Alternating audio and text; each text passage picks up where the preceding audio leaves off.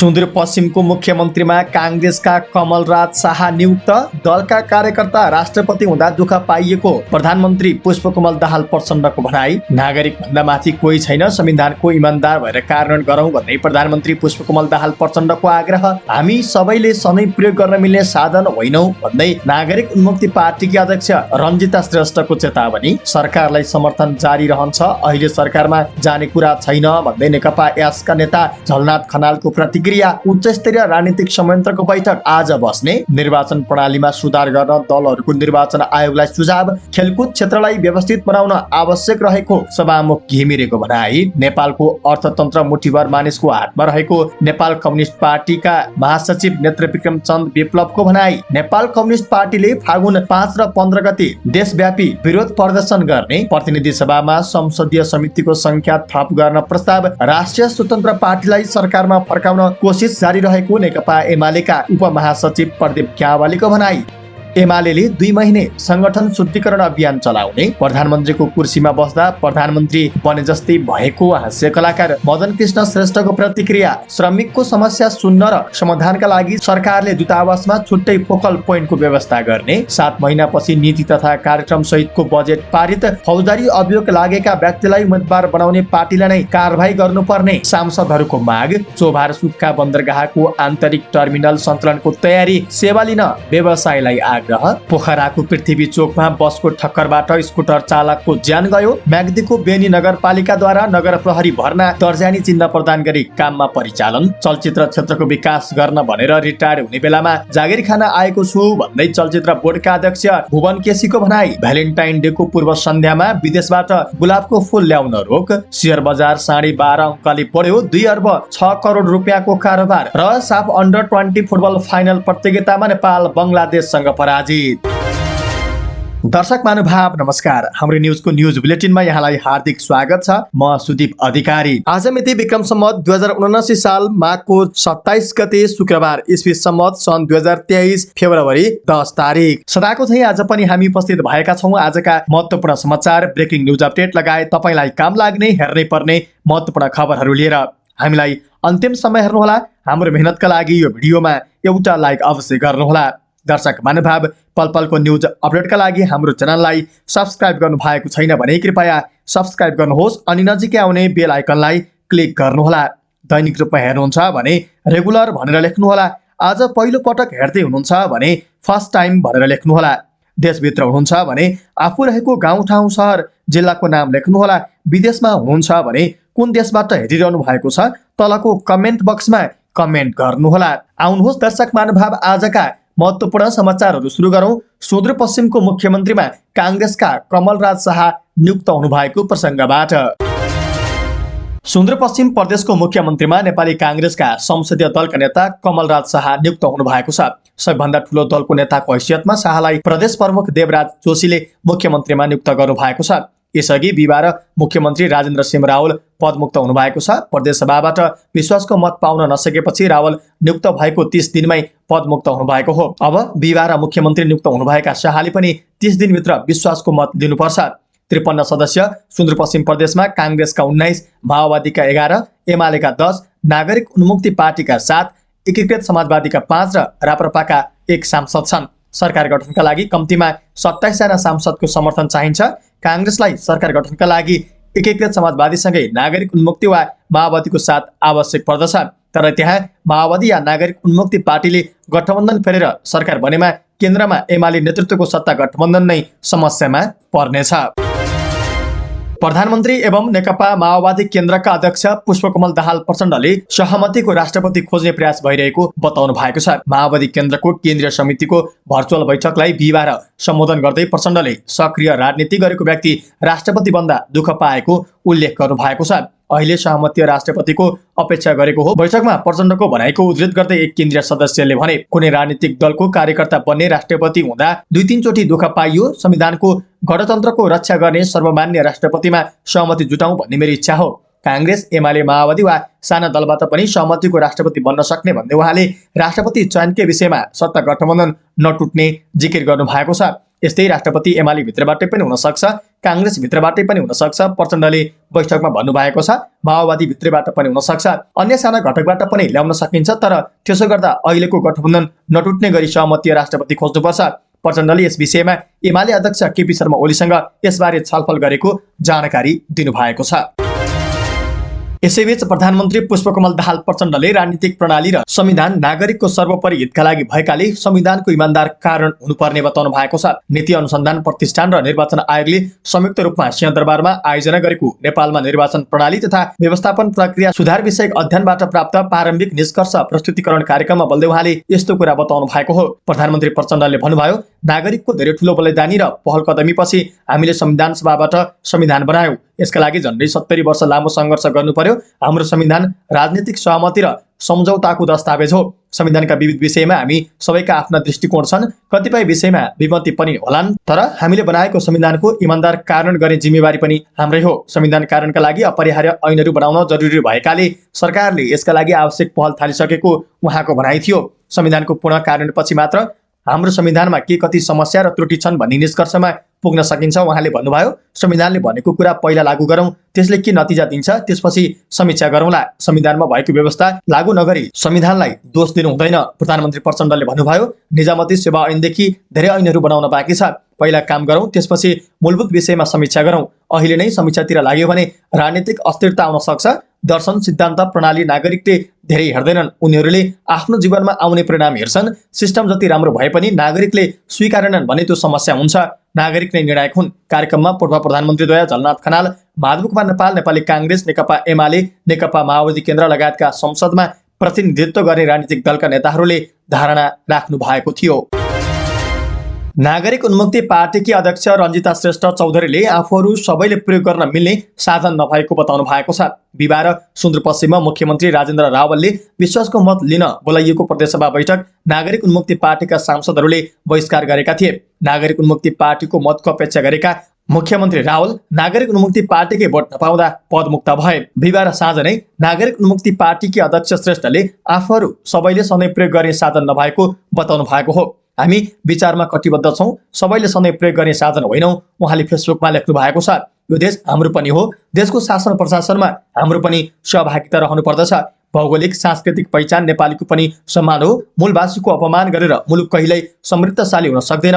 त्यसैले जनभावनाको कदर गरौँ। उहाँले टिकापुर घटनाप्रति राज्य अनुदार रहेको र यसबारे मानव अधिकार कर्मीहरूले आँखा चिम्लेको आरोप समेत लगाउनु भएको छ। आफूहरूलाई उचाल्नेहरूको ताती लामिरहेको भन्दै श्रेष्ठले न्यायको पालना गर्दा जेल बस्नु परेको टिप्पणी गर्नु भएको छ। शासकले राष्ट्रप्रति वफादार थारूलाई न्याय नदिएको पनि श्रेष्ठले बताउनु भएको छ। राष्ट्रप्रति हिजो, आज र भोलि पनि उत्तिकै वफादार थारूलाई न्यायिक दृष्टिको प्रकाश किन पारिरहेको छैन? झ्यालखानाको भुइँगलबाट न्यायको घाम झुल्किन्छ कि भनेर हामी सधैँ निहालिरहन्छौँ। न्यायको पारिलो घाम आँखाले देख्दा देख्दै पनि शासकले छानो हालेर जबरजस्ती छाया बनाइरहेको पनि उहाँले प्रश्न पार्नु भएको छ। नेकपा एकीकृत समाजवादीका सम्मानित नेता झलनाथ खनालले आफूहरू सरकारमा अहिले नजाने बताउनु भएको छ। बिहिबार निर्वाचन प्रणाली सुधारको सम्बन्धमा निर्वाचन आयोगले राखेको छलफलमा उपस्थित हुन सिंहदरबार आउनुभएका खनालले सञ्चारकर्मीलाई संक्षिप्त प्रतिक्रिया दिँदै सरकारमा जाने कुरा नभएको बताउनु भएको हो। उहाँले सरकारलाई आफूहरूले दिएको समर्थन जारी रहने बताउनुभयो। सरकारले राम्रो काम गरुन्जेल आफूहरूको समर्थन रहने उहाँको भनाइरहेको छ। उच्च स्तरीय राजनीतिक संयन्त्रको बैठक आज बस्ने भएको छ। बिहिबार दिउँसो 3 बजेको लागि बोलाइएको संयन्त्रको बैठक स्थगित भएपछि संयन्त्रको बैठक स्थगित गरेर प्रधानमन्त्री पुष्पकमल दाहाल र संयन्त्रका संयोजक तथा नेकपा एमालेका अध्यक्ष केपी शर्मा ओलीबीच प्रधानमन्त्री तथा मन्त्री परिषदको कार्यालय सिंहदरबारमा भेटवार्ता भएको थियो। सो भेटवार्तापछि प्रधानमन्त्री कार्यालयबाट बाहिरिने क्रममा प्रधानमन्त्री दाहालले सञ्चारकर्मीहरूलाई संक्षिप्त प्रतिक्रिया दिँदै उच्च स्तरीय राजनीतिक संयन्त्रको बैठक आज बिहान 9 बजे बैठक बस्ने जानकारी दिनुभयो। राजनीतिक दलका नेताहरूले निर्वाचन प्रणाली निकै खर्चिलो भएको भन्दै कम खर्चमा निर्वाचन सम्पन्न हुने गरी व्यवस्था गर्न निर्वाचन आयोगलाई सुझाव दिएका छन्। बिहिबार प्रधानमन्त्री तथा मन्त्री परिषदको कार्यालय सिंहदरबारमा प्रधानमन्त्री सहित दलका शीर्ष नेताहरू तथा दलका प्रतिनिधिसँग निर्वाचन आयोगले निर्वाचन प्रणाली सुधारको सम्बन्धमा छलफल गरेको थियो। सो छलफलका क्रममा दलका नेताहरूले निर्वाचन प्रणाली निकै खर्चिलो भएकाले कम खर्चमा निर्वाचन सम्पन्न हुने गरी व्यवस्था गर्न आयोगलाई सुझाव दिएका हुन्। छलफलमा बोल्ने अधिकांश नेताहरूले धनहरूले मात्रै वर्तमान प्रणालीमा निर्वाचनमा उम्मेद्वार बन्न सक्ने अवस्था रहेको भन्दै आम नागरिकले निर्वाचनमा उम्मेद्वार बन्न सक्ने वातावरण बनाउनु पर्नेमा जोड दिएका थिए। छलफलपछि सञ्चारकर्मीहरूसँग कुराकानी गर्दै नेकपा एकीकृत समाजवादीका सम्मानित नेता झलनाथ खनालले निर्वाचन धनाढ्यहरूले मात्रै लड्न सक्ने अवस्था रहेकाले त्यसको अन्त्य गर्ने गरी निर्वाचन ऐनमा सुधार ल्याउनु पर्ने सुझाव दिएको जानकारी दिनुभयो। उहाँले मुजुलका अनुरूप मतदान भएको बाकसमा मत फरक परेको अवस्थामा के गर्ने भन्ने ऐनमा स्पष्ट व्यवस्था नभएकाले त्यसको पनि स्पष्ट व्यवस्था हुनुपर्ने उल्लेख गर्नुभयो। त्यसैगरी स्वच्छ छवि भएको व्यक्तिलाई मात्र उम्मेद्वार बनाउने गरी प्रष्ट र पारदर्शी मापदण्ड बनाउनु पर्ने सुझाव आफूले राखेको उल्लेख गर्नुभयो। सभामुख देवराज घिमिरेले खेलकुद क्षेत्रलाई सुव्यवस्थित बनाउन सके राष्ट्र र राष्ट्रियतालाई माथि उठाउने बताउनु भएको छ। बिहिबार सार्वजनिक संस्थान खेलकुद विकास संघ नेपालद्वारा आयोजित 13औं सार्वजनिक संस्थान खेलकुद प्रतियोगिताको उद्घाटन गर्दै उहाँले यस्तो बताउनु भएको हो। उहाँले खेलकुदले शारीरिक मानसिक विकास मात्र नभई सहकार्यलाई पनि बढाउन सहयोग गर्ने बताउनु भयो। उहाँले पहिला शारीरिक श्रमले शरीरलाई तन्दुरुस्त बनाउने गरे पनि मानिसहरू अहिले मानसिक रूपमा नै बढी केन्द्रित हुन पुगेको खेलकुदकै माध्यमबाट शरीरलाई तन्दुरुस्त राख्नुपर्ने अवस्था रहेको बताउनु भयो। उहाँले सार्वजनिक संस्थानहरूले गर्ने खेल क्षेत्रका कार्यक्रमलाई तल्लो स्तरबाट नै अघि बढाउन सके खेलकुदमा युवाहरूको आकर्षण बन्ने बताउनु भयो। नेपाल कम्युनिस्ट पार्टीका महासचिव नेत्रविक्रम चन्दले विदेशीहरूको इसारामा नेपालको सरकार ढल्ने र बन्ने गरेको दावी गर्नु भएको छ। काठमाडौँमा पत्रकार सम्मेलन गर्दै उहाँले विदेशीहरूको निर्देशनमा नेपालका अर्थतन्त्रहरू निर्माण हुने गरेको दावी गर्नु भएको हो। उहाँले नेपालको अर्थतन्त्र मुठीभर मानिसको हातमा गइरहेको उल्लेख गर्नु भएको छ। महासचिव चन्दले नव उदारवादी नीतिको कारणले नेपालको अर्थतन्त्रलाई टाट पल्टाउने र मुठीभर विदेशी एकाधिकार पुँजीपतिहरूले नेपालमा भएको अर्थतन्त्रमा कब्जा जमाउने परिस्थितिको अन्त्य हुन आवश्यक रहेको बताउनु भएको हो। उहाँले देशभित्रै केही गर्छु भन्ने मध्यवर्गीय उद्योग व्यवसायहरू आत्मदाह गर्नुपर्ने परिस्थिति निर्माण भइरहेको र राष्ट्रिय उद्योगीहरू समेत ऋणको ठूलो भारमा परेको र आन्दोलन गर्नुपर्ने स्थिति बनेको उल्लेख गर्नु भएको हो। उहाँले धेरै मानिसहरूले अर्थतन्त्र अधीनमा राखेर अधिकांश जनतालाई गरिबीतिर धकेल्न विप्रेषण बढेको बताउनुभयो। महासचिव चन्दले नेपाललाई नयाँ व्यवस्था वैज्ञानिक समाजवादभित्र लैजानका लागि रूपान्तरण गर्न आवश्यक रहेको बताउनुभयो। यसैबीच नेपाल कम्युनिस्ट पार्टीले फागुन 5 र 15 गते देशव्यापी विरोध प्रदर्शन गर्ने भएको छ। काठमाडौँमा पत्रकार सम्मेलन गरी पार्टीले यस्तो बताएको हो। पत्रकार सम्मेलनमा पार्टीको केन्द्रीय समिति बैठकका निर्णय सार्वजनिक गर्दै पार्टीका प्रवक्ता खड्कबहादुर विश्वकर्माले पार्टीले आगामी फागुन 5 र 15 गते चर्को महँगीका विरुद्धमा देशव्यापी विरोध गर्ने बताउनुभयो। उहाँले पार्टीले दलाल पुँजीवादी सत्ताको विकल्प वैकल्पिक समाजवादी सत्ता भन्ने राजनीतिक नारालाई मुख्य बनाउने निर्णय गरेको पनि बताउनुभयो। उहाँले पार्टीले संसदमा रहेका र नरहेका विभिन्न कम्युनिस्ट पार्टी साथै राजनीतिक दलहरूबीच रूपान्तरणका मुद्दामा बहस गर्दै जाने निर्णय लिएको बताउनुभयो। उहाँले आगामी दिनमा राष्ट्रिय स्वाधीनता, जनताका राजनीतिक एवं आर्थिक अधिकार र जनजीविकाका क्षेत्रमा सङ्घर्ष गर्ने निर्णय गरेको बताउनुभयो। उहाँले पार्टीले एमसीसी, एनसीएल, एसपीपी, अग्रिपथ, माथिल्लो कर्णाली, अरुण तेस्रो, महाकाली अतिक्रमणका विरुद्ध सङ्घर्ष गर्ने पनि उल्लेख गर्नुभयो। सांसदहरूले प्रतिनिधि सभा अन्तर्गतका संसदीय समितिहरूको नाम र कार्यक्षेत्र पुनर्संरचना गरी प्रभावकारी बनाउन सङ्ख्या बढाउनु पर्ने धारणा राखेका छन्। समितिका निर्देशक कार्यान्वयन महत्त्वपूर्ण पक्ष भएकाले कार्यान्वयनका लागि निरन्तर निगरानी गर्ने समुद्रको व्यवस्था गर्नुपर्नेमा पनि सांसदहरूले जोड दिएका हुन्। विभिन्न बहानामा समितिको बैठकमा मन्त्रीहरू उपस्थित नहुने गरेका दृष्टान्तहरू उद्धृत गर्दै उनीहरूले मन्त्रीहरूको उपस्थित अनिवार्य हुनुपर्ने व्यवस्था गर्न पनि माग गरेका छन्। सिंहदरबारमा बसेको प्रतिनिधि सभा नियमावली मसौदा समितिको बैठकमा नेपाली काङ्ग्रेसकी सांसद सीता गुरुङले संसदीय समिति नाम, क्षेत्राधिकार पुनर्संरचना गरी आवश्यक केहीको सङ्ख्या बढाउनु पर्ने प्रस्ताव अघि सार्नुभयो भने हाल प्रतिनिधि सभामा 10वटा समितिहरू रहेका छन्। हाल भइरहेको 10वटा समितिमा 2वटा थपेर 12वटा संसदीय समिति बनाउनु पर्ने धारणा सांसद गुरुङको रहेको छ। स्वतन्त्र सांसद अमरेश कुमार सिंहले संसदीय समितिको बैठकमा मन्त्रीहरू अनिवार्य उपस्थित हुने व्यवस्था गर्नुपर्ने धारणा राख्नुभयो। मन्त्रीहरूलाई संसदीय समितिको बैठकमा उपस्थित नहुने छुट दिन नहुने सांसद सिंहको जिकिर थियो। नेकपा एमालेका उपमहासचिव प्रदीप ग्यावालीले राष्ट्रिय स्वतन्त्र पार्टी रासपालाई सरकारमा फर्काउने कोसिस जारी रहेको बताउनु भएको छ। बिहिबार पार्टीको सचिवालय बैठकपछि सञ्चारकर्मीसँग बोल्दै उपमहासचिव ग्यावालीले पूर्व सहमति अनुसार गृह मन्त्रालय राष्ट्रिय स्वतन्त्र पार्टीलाई नै दिएर सरकारमा राखिरहनु पर्नेमा जोड दिनुभयो। उहाँले भन्नुभयो, राष्ट्रिय स्वतन्त्र पार्टीले सरकार छोड्ने परिस्थिति हुनु निश्चय नै दुःखद विषय हो। यसमा समीक्षा हुँदै गर्दा त्यो पार्टीका सभापति रवि लामिछानेजीले नागरिकता पुनः प्राप्तिको सन्दर्भमा केही प्रक्रियाको त्रुटि गर्नुभएका कारणले उहाँको पद रिक्त हुन गयो। त्यसले उत्पन्न भएको समस्या देखिन्छ। तर पनि हामीले पुस 10 गते यो नयाँ कोर्स निर्माण गरिरहँदा र पछि मन्त्रीमण्डल विस्तार गरिरहँदा जुन ढङ्गले शक्तिको बाँडफाँड गरेका थियौँ त्यस हिसाबले गृह मन्त्रालय स्वतन्त्र पार्टीलाई दिनु पर्थ्यो भन्ने हामीलाई लाग्छ। त्यसो गरेर भए पनि उहाँहरूलाई सरकारमा होल्ड गरिराख्नु पर्थ्यो। व्यक्ति कसलाई पठाउनुहुन्थ्यो त्यो उहाँहरूको कुरा थियो। त्यसमा अलिकति असमझदारी देखियो। त्यसलाई आधार बनाएर उहाँहरू बाहिरिनु भएको छ, तर बाहिरिए पनि सरकारलाई उहाँहरूको समर्थन कायमै छ।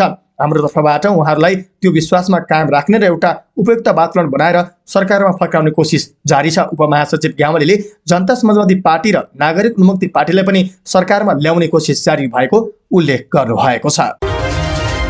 नेकपा एमाले संगठनात्मक सुदृढीकरणका लागि 2 महिने विशेष अभियान सञ्चालन गर्ने भएको छ। बिहिबार पार्टी केन्द्रीय कार्यालय च्यासलमा बसेको सचिवालय बैठकले पार्टीको वैचारिक र संगठनात्मक सुदृढीकरणका लागि भन्दै 2 महिने विशेष अभियान सञ्चालन गर्ने निर्णय गरेको हो। मिसन ग्रासरुट नाम दिएको अभियान देशभर फागुन र चैत महिनाभर चल्ने एमाले उपमहासचिव प्रदीप ग्यावालीले जानकारी दिनुभयो। उहाँले पार्टीलाई वैचारिक र संगठनात्मक रूपमा जगतदेखि बलियो बनाउनका लागि अभियान सञ्चालन हुन लागेको जानकारी दिनुभयो। अभियानका क्रममा पार्टीका सम्पूर्ण केन्द्रीय सदस्यलाई पालिकामा खटाइने उपमहासचिव ग्यावालीले बताउनुभयो। केन्द्रीय सदस्यहरूलाई पार्टी सदस्यको सदस्यता नवीकरण गर्ने, प्रशिक्षण गर्ने, जनप्रतिनिधि र पार्टी कमिटीका सम्बन्ध सुव्यवस्थित गर्ने, पार्टी र समाजमा विशेष योगदान गरेका व्यक्तिलाई सम्मान गर्ने, राय सुझाव लिने लगायतका 11 वटा काम दिएर खटाइने उहाँले उल्लेख गर्नुभयो। अभियान फागुन 5 गतेदेखि औपचारिक रूपमा सुरु हुने उहाँले जानकारी दिनुभयो।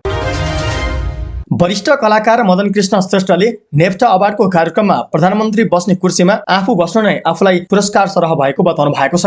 बिहिबार काठमाडौँमा चलचित्र प्राविधिक सङ्घको आयोजनामा भएको 11औं नेप्टा अवार्ड उद्घाटन कार्यक्रमलाई सम्बोधन गर्दै वरिष्ठ कलाकार श्रेष्ठले यस्तो बताउनु भएको हो। कार्यक्रममा प्रधानमन्त्री पुष्पकमल दाहाल प्रचण्डलाई प्रमुख अतिथिका रूपमा बोलाइए पनि कार्यव्यस्तताका कारण उहाँ कार्यक्रममा सहभागी बन्न सक्नु भएन। प्रधानमन्त्री सहभागी नभएपछि आयोजकले वरिष्ठ कलाकार मदन कृष्ण श्रेष्ठलाई प्रमुख अतिथिको रूपमा आसन ग्रहण गराएको थियो। त्यही विषयलाई लिएर श्रेष्ठले प्रधानमन्त्री बस्ने कुर्सीमा आफू बस्न पाउनु नै आफूलाई पुरस्कार भएको बताउनुभयो। उहाँले भन्नुभयो, प्रमुख अतिथि प्रधानमन्त्री आउने भन्ने थियो, आज म नै बस्न पाएँ। प्रमुख अतिथिको कुर्सीमा पुरस्कार पाए जस्तै भयो, प्रधानमन्त्री बनेको जस्तै भयो। त्यस अवसरमा वरिष्ठ कलाकार श्रेष्ठले एउटै इच्छा छ, तिम्रै भएर जिउने बोलको गीत गाएर सुनाउनु भएको थियो। सरकारले वैदेशिक रोजगारीमा रहेका नेपालीहरूको समस्या सुन्न र समाधानका लागि सहजीकरण गर्न विदेश स्थित नेपाली दूतावासमा छुट्टै फोकल पोइन्टको व्यवस्था गर्ने भएको छ। वैदेशिक रोजगारीमा रहेका नेपालीको समस्यालाई सुन्न र त्यसको समाधानका लागि सहजीकरण गर्न दूतावासहरूमा छुट्टै फोकल पोइन्ट तोक्ने निर्णय प्रधानमन्त्री स्तरबाट भएको श्रम, रोजगार तथा सामाजिक सुरक्षा मन्त्रालयका सचिव एक नारायण अर्यानले जानकारी दिनुभयो। उहाँले भन्नुभयो, श्रम कूटनीतिक प्रक्रियालाई सरल तथा छोटो र छिटो सेवा प्रवाहका लागि दूतावासहरूमा छुट्टै फोकल पोइन्ट तोक्ने निर्णय भएको छ। श्रमिकको समस्या सुन्ने र समाधानका लागि खटिने छुट्टै संयन्त्र दूतावासमा भएपछि श्रमिकको समस्या समाधान सहज हुनेछ भन्ने हाम्रो विश्वास छ। वैदेशिक रोजगारीमा रहेका नेपालीहरूले समस्या परेका बेला दूतावासमा सम्पर्क गर्दा फोन नउठ्ने, समस्या नसुनिदिने लगायतका गुनासो गरिरहेको सन्दर्भमा सरकारले दूतावासमा श्रमिकको समस्या सुन्नका लागि छुट्टै पोइन्टको स्थापना गर्ने भएको हो। धनुषाको कमला नगरपालिकाको आर्थिक वर्ष 2079-80 को नीति तथा कार्यक्रम सहितको बजेट 7 महिनापछि पारित भएको छ। यसअघि दुई पक्षको विवादका कारण बजेट पारित हुन सकेको थिएन। कमला नगरपालिकाको बजेट पारित नभएका कारण पालिकाका कर्मचारी, शिक्षक तथा स्वास्थ्य कर्मीले तलब भत्ता पाउनबाट वञ्चित हुनका साथै विकास निर्माणको कामकाज पनि बन्द भएको थियो। दुवै पक्षबीच सहमति भएपछि चालु आर्थिक वर्षको नीति तथा कार्यक्रम सहितका बजेट नगर सभाबाट पारित गरेको नगरपालिकाका मेयर विश्वेश्वर यादवले जानकारी दिनुभएको छ। चालु आर्थिक वर्षका लागि कमला नगरपालिकाले 55,45,41,874 रुपियाँको बजेट पारित गरेको हो। नगरपालिकाले 9वटै वडाका लागि 95 लाख रुपियाँका दरले विकास बजेट विनियोजन गरेको छ भने वडा सञ्चालनका लागि प्रत्येक वडालाई 5 लाख रुपियाँ विनियोजन गरिएको छ।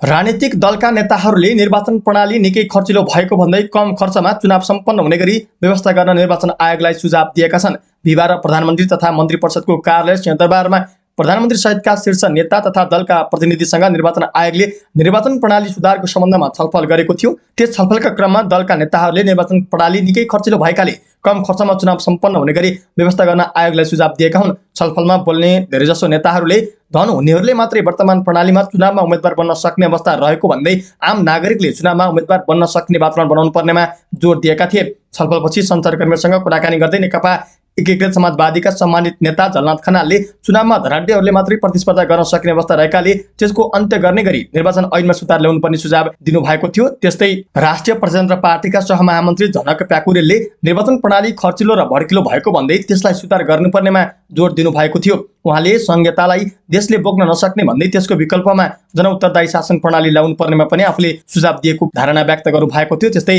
लोकतान्त्रिक समाजवादी पार्टीका नेता केशव झाले आफ्नो पार्टीको तर्फबाट पुनः समानुपातिक निर्वाचन प्रणाली बनाउनु पर्नेमा जोड दिएको जानकारी दिनुभयो। त्यसैगरी प्रत्यक्ष निर्वाचित कार्यकारी प्रमुख हुने गरी शासकीय स्वरूप बनाउनु पर्ने पनि उहाँको भनाइरहेको थियो।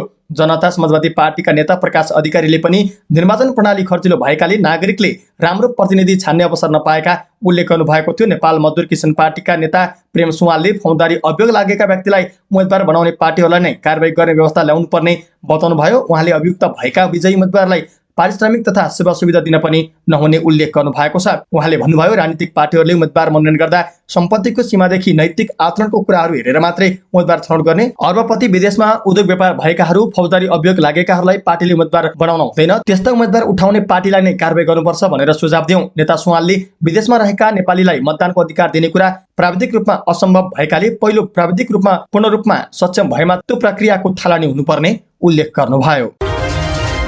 काठमाडौँको चोभार सुक्खा बन्दरगाहमा आन्तरिक टर्मिनल सञ्चालन हुने भएको छ। नेपाल इन्टरमोडल यातायात विकास समिति अन्तर्गतको सुक्खा बन्दरगाहभित्र रहेको एउटा टर्मिनल गएको वर्षको चैत 22 गतेदेखि नै सञ्चालनमा आएको भए पनि आन्तरिक टर्मिनल सञ्चालनमा आएको थिएन।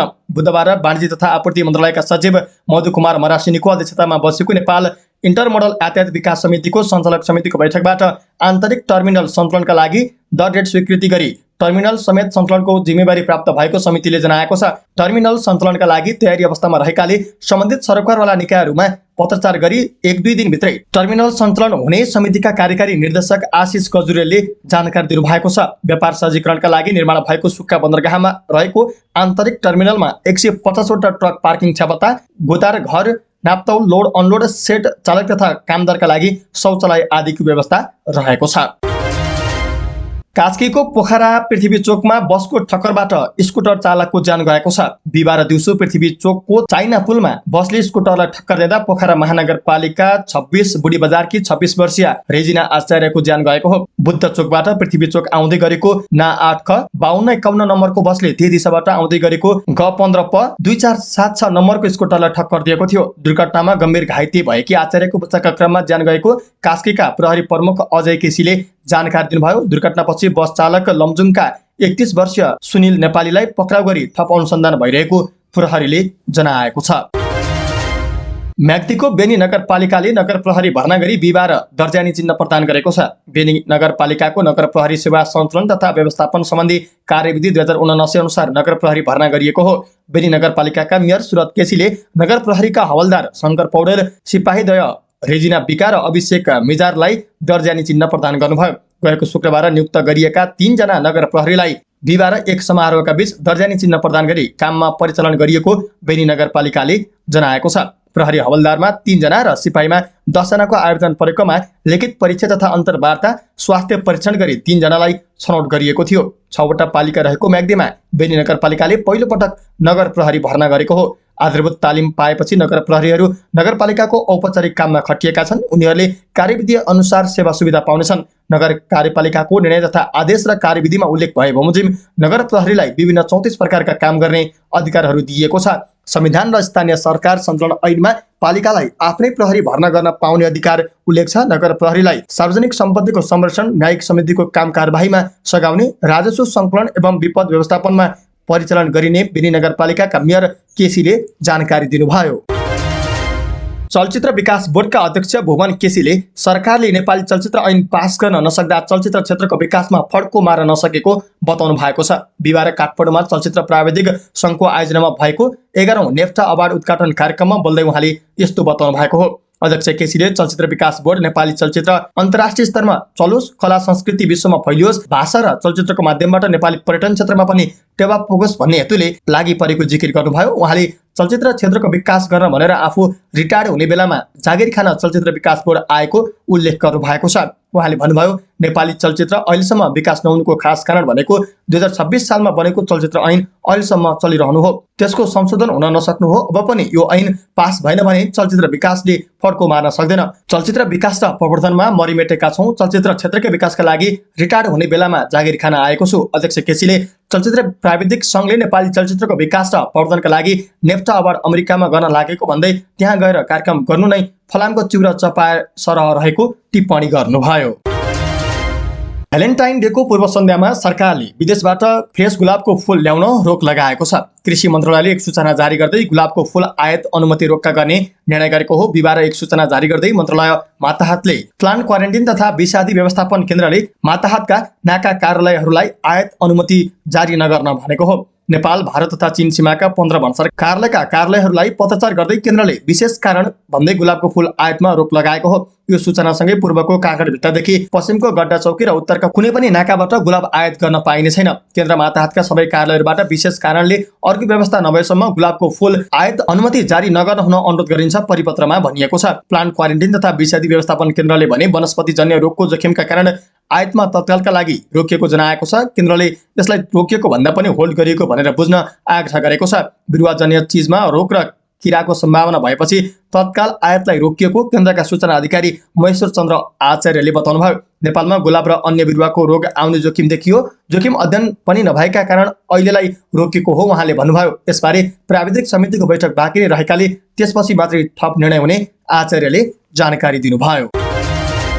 बुधबार 7 अङ्कले घटेको शेयर बजार बिहिबार भने दोहोरो अङ्कले बढेको छ। शेयर बजार परिसूचक नेप्से बिहिबार 12.45 अङ्कले बढेर 2182.64 बिन्दुमा पुगेको छ। म्युचुअल फन्ड बाहेक अरू सबै समूहको शेयर बढेको छ। बजार बढे पनि कारोबार रकममा भने कमी आएको छ।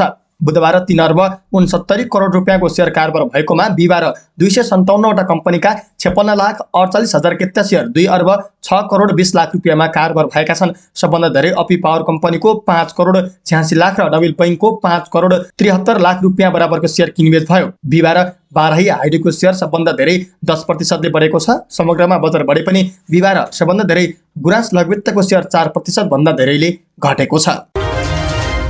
र 20 वर्ष मुनिको साफ महिला च्याम्पियनसिप फुटबलको फाइनलमा नेपाल बङ्गलादेशसँग पराजित भएको छ। बङ्गलादेशको ढाकामा भएको खेलमा नेपाल घरेलु टोलीसँग 3-0 गोलले पराजित भयो। पहिलो हाफमा 2 गोल गरेको बङ्गलादेशले दोस्रो हाफमा 1 गोल थप्यो। बङ्गलादेशका लागि शाहिदा अख्तर, रिपा सामसुनाहार जुनियर र उन्नति खातुनले 1-1 गोल गरे। लीग चरणको अन्तिम खेलमा भारतलाई हराउँदै फाइनल पुगेको नेपाल उपविजेता बन्न पुग्यो। बङ्गलादेश भने अपराजित रहँदै विजेता बन्यो। नेपाल लीग चरणको खेलमा पनि बङ्गलादेशसँग 3-1 गोलले पराजित भएको थियो। प्रतियोगितामा नेपाल र बङ्गलादेश सहित भारत र भुटानको सहभागिता रहेको थियो। सिंगल राउन्ड रोबिनको आधारमा भएको प्रतियोगितामा बङ्गलादेश र नेपाल शीर्ष 2 टोलीको रूपमा फाइनलमा पुगेका हुन्। यसअघि 18 र 19 वर्ष मुनिको फर्मेटमा हुँदै आएको च्याम्पियनसिप यसपटक 20 वर्ष मुनिको फर्मेटमा भएको हो। हवस् त दर्शक महानुभाव, आजका महत्त्वपूर्ण समाचारहरू यति नै। हामीले प्रस्तुत गरेका समाचारहरूप्रति तपाईको धारणा के छ? आफ्नो धारणा तलको कमेन्ट बक्समा कमेन्ट गर्नुहोला। हाम्रो मेहनतका लागि यो भिडियोमा एउटा सानो लाइक अवश्य गर्नुहोला। दर्शक महानुभाव, पलपलको न्युज अपडेटका लागि हाम्रो च्यानललाई सब्स्क्राइब गर्नुहोस् अनि नजिकै आउने बेल आइकनलाई क्लिक गर्नुहोला। पलपलको न्युज अपडेटका साथ फेरि हाम्रो भेट हुनेछ। तपाईँ हाम्रो न्युज हेर्दै गर्नुहोस्। नमस्कार।